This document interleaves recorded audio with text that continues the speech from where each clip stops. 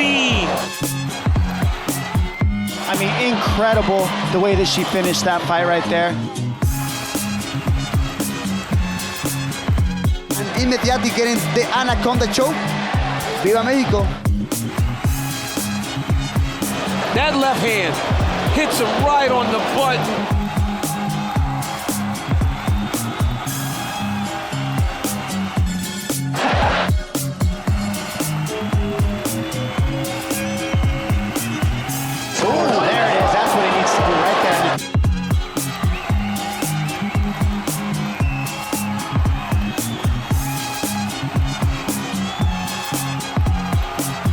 Whatever, I'm not a judge, so get it.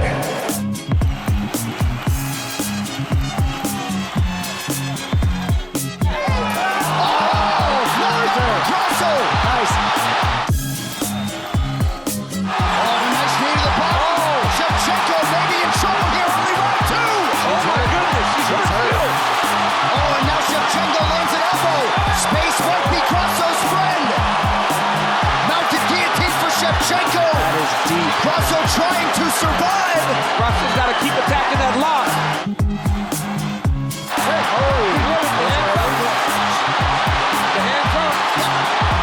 She was moving her back, so that was illegal because she was dragging her backwards and the hand was coming up while she was moving.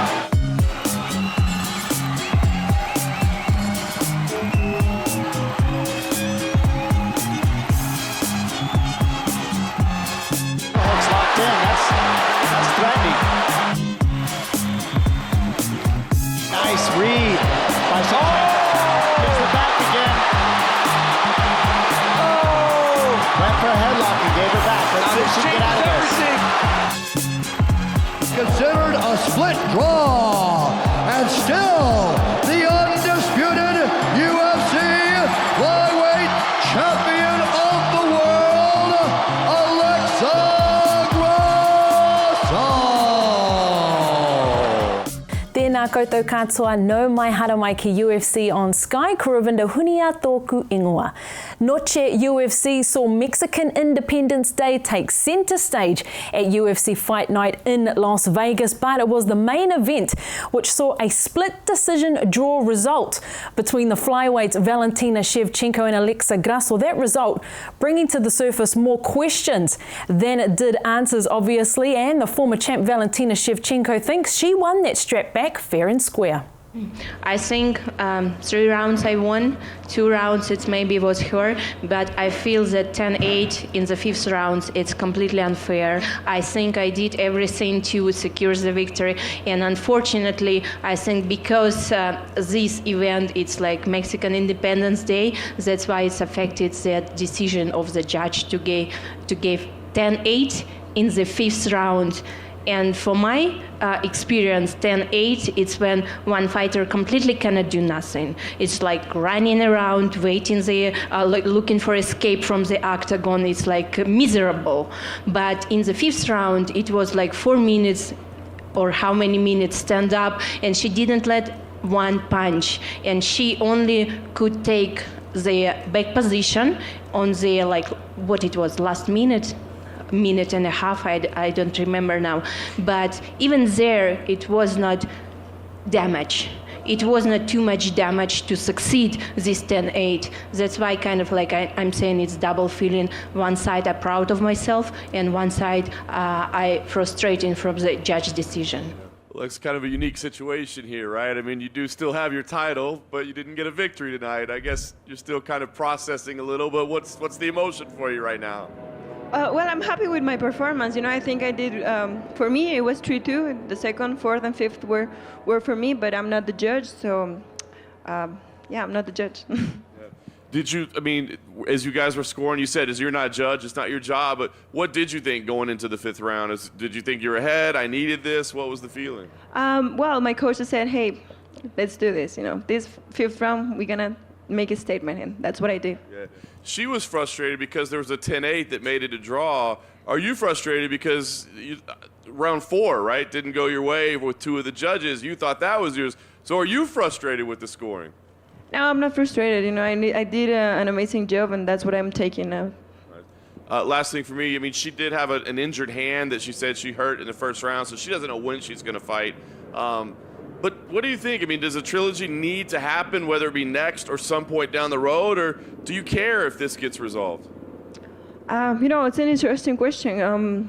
I wouldn't like to stop the division. There's a lot of girls fighting a lot, to have this opportunity like I did, so I wouldn't like to stop it. But whatever the UFC says, I'm in. Alexa, over here, other side. Oh. Alexa, you said that in the fifth, or just before the fifth, your coach had said, hey, let's do this. The way that was there a sense of urgency? I mean, obviously, if they're telling you, let's do this, let's finish it, did you feel that there was a sense of urgency to finish it and try to get the win outside of a decision? Not like an urgency, but yeah, we wanted to be clear, like the fifth round was for us. The championship rounds are amazing, and that's why I train so hard, for the fourth and the fifth to be my best rounds always. Thank you. Alexa, over here. Valentina. Going into this fight, you received a lot of support from the fans here in town at the ceremonial weigh-ins and obviously at Fight Night itself. How did it feel to be the star of the show this week?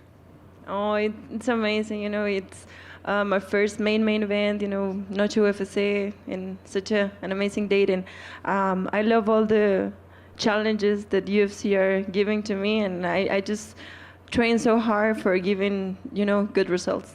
And after seeing this electric atmosphere inside the T-Mobile Arena, what's your message to Dana and the team if you were to try and convince them to make Noche UFC an annual occasion? I hope. I hope this could happen every year. And being Noche UFC, I have one in Spanish for the Hispanic community.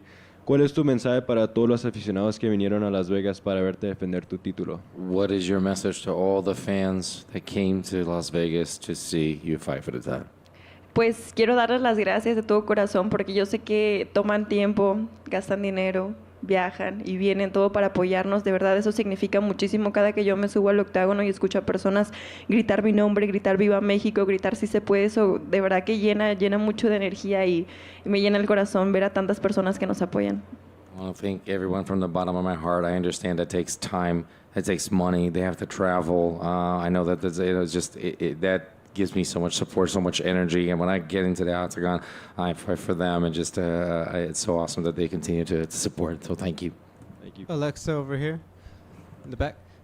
Alexa, obviously in March, you're going out there to score a big upset over a dominant champion. Tonight, you get to go out there. You were the favorite to a lot of people, obviously the fans.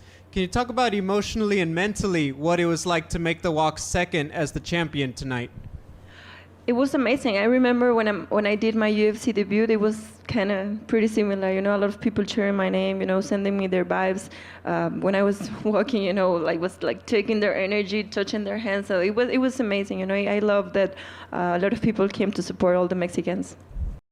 As a result of that fight, we have come to learn that Valentina Shevchenko has broken her hand. She did so in the first round of that fight. So do they wait for that trilogy match between the two veterans, or will the likes of fifth-ranked undefeated flyweight Erin Blanchfield finally get her chance at a shot at the title, or will be revealed?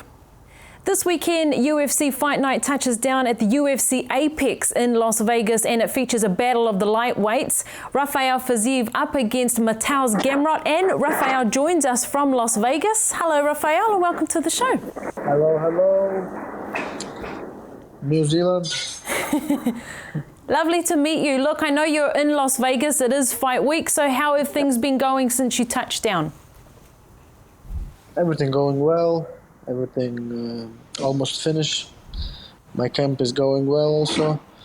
I'm just excited to waiting when I can go into the cage and show good fight. Nice. Now, I'm not sure if you know this, but you do have a little fan base here in New Zealand. New Zealand fans love to watch your fights because you're a very exciting striker. And we also know that you're friends with Brad Riddell as well, who used to be in the UFC also. So, so welcome to the show based on that. We are very excited to see you up against Gamrot. What do you make of him as a fighter? What? What do you make of Gamrot as a fighter?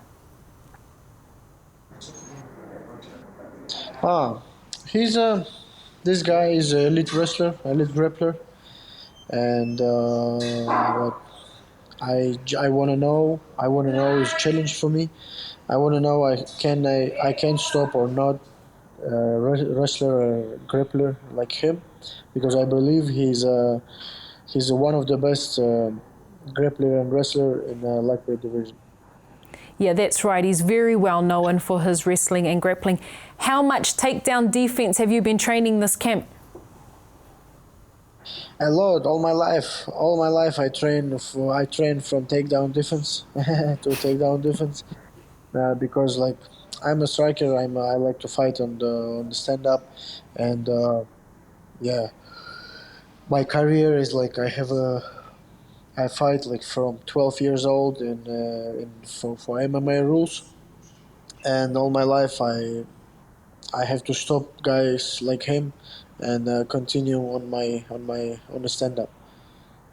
How confident are you that you're going to, impose your striking before he even gets a chance to take you down?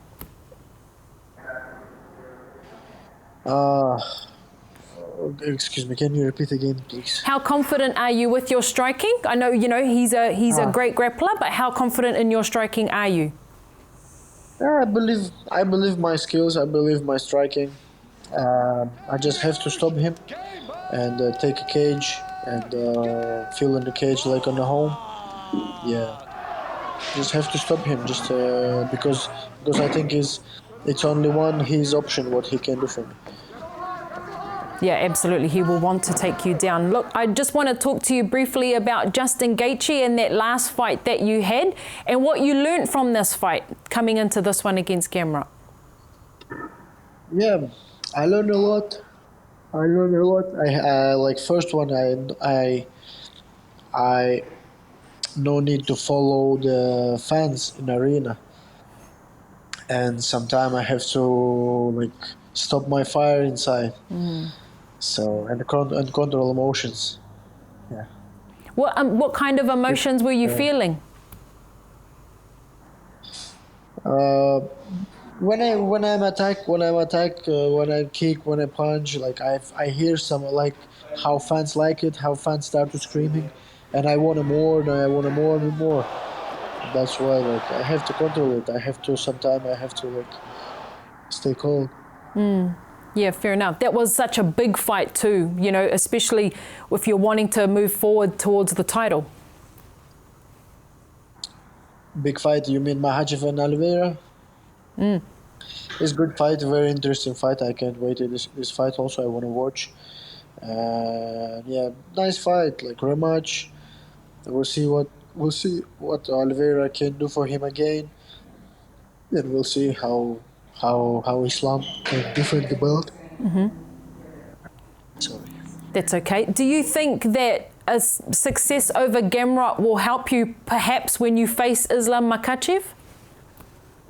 Yes, of course. It's a challenge for me. It's a challenge. I want to know like I can't stop wrestling like him, because I believe his wrestling is like one of the best wrestling in this division. Yeah. The lightweight division is so deep right now. All the fighters are very good in the lightweight division, including yourself. How important is it for you to get a title fight? Of course, it's very important because it's the top of this sport, like title, UFC title, fight for this, and but also I wanna people believe me, like because we have example like Korean Zombie, he never be a champion, but when he finished career, everybody love him. So yeah, for me is also important for people believe me, like a fighter who fight with his heart, and like I want people like my style and respect my style and remember me for a long time. Would you like a rematch against Justin Gaethje? I don't think it happens. Because now I'm far from him, and he's also he don't want. I think he don't want to stay like a long time now, because he like 34, and he telling on some interview I hear he don't want to stay a long time on this game. So. Fair enough. Look, I just wanted your opinion about Valentina Shevchenko on the weekend. I was wondering if you watched that fight in Las Vegas, her against Grasso, and what you thought of it. Yeah, I don't see this fight because I was on the plane, and yeah, like strong fight, crazy fight, but